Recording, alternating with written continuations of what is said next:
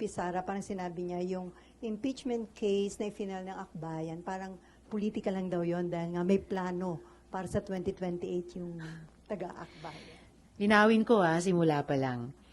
Siya yung nagbanggit ng pangalan ko kaugnay ng impeachment. Tapos dinugtong pa niya sa eleksyon. Para sa akin, salitang impeachment pa lang ang klaro na sa isip ko kung ano yung responsibilidad ko. At nilalagay ko na yung sarili ko sa ganyang frame of mind sa posibilidad ng impeachment trial dito. At yan ay walang iba kundi maging senator judge na magtitimbang ng mga ebidensya at batay sa konstitusyon, magdidesisyon or boboto dyan. Wala nang iba.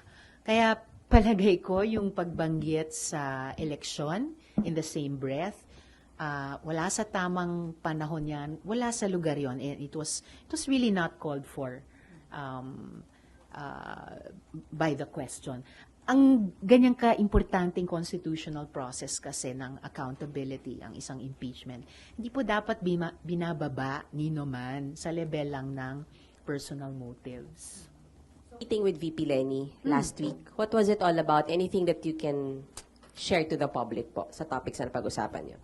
Well, pagkikita naming muli iyon, and syempre, pag-uusap pa rin.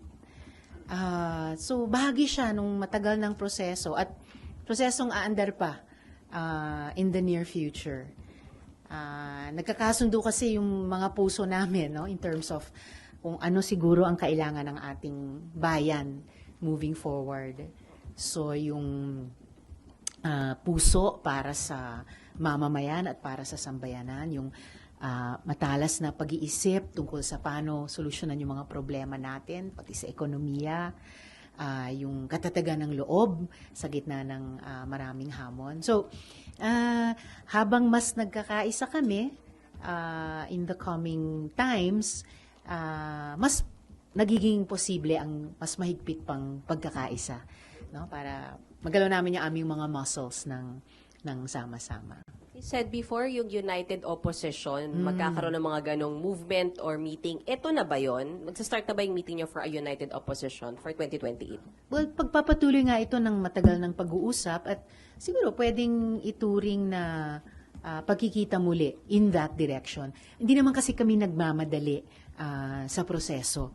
Ang importante sa amin lalong patibayin yung pundasyon ng pagkakaisa namin para, yun na nga, moving forward, we can put our best foot forward at saka yung best ideas namin forward para sa ating mga kababayan. So this is in preparation for, kasama doon yung preparation for 2028 elections? Well, isa yun sa pinaka-importanting pangyayari sa mga susunod na taon. So it's in that general spirit also.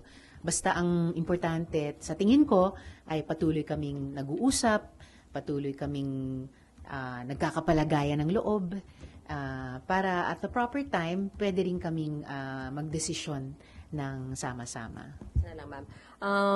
Kino-consider pa ba si former VP Lenny as a frontrunner for the 2028 elections? Hindi importante siguro sa ngayon yung mga pangalan.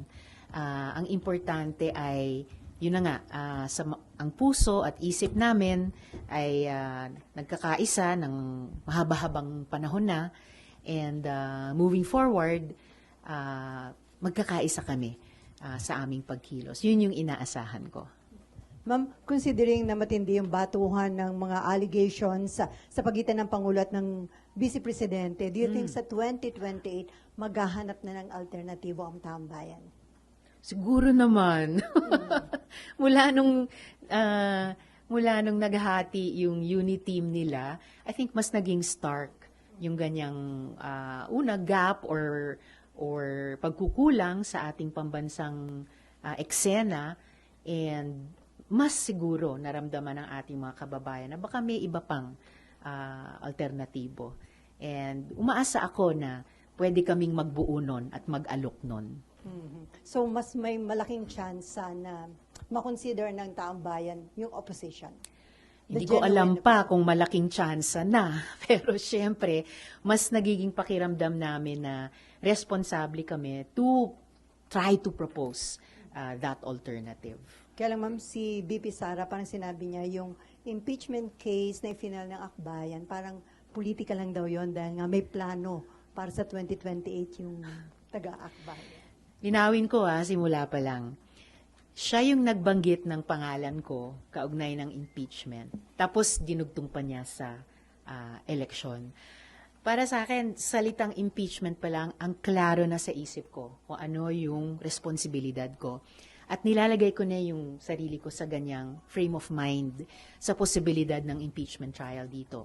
At yan walang iba kundi maging senator judge na magtitimbang ng mga ebidensya at batay sa konstitusyon, magdidesisyon or boboto dyan. Wala nang iba. Kaya palagay ko yung pagbanggit sa eleksyon in the same breath, wala sa tamang panahon yan, wala sa lugar yon. And it was really not called for by the question. Ang ganyang ka-importanting constitutional process kasi ng accountability, ang isang impeachment, hindi po dapat binababa ni man sa level lang ng personal motives. So walang motibong political naman, klaro yung final ng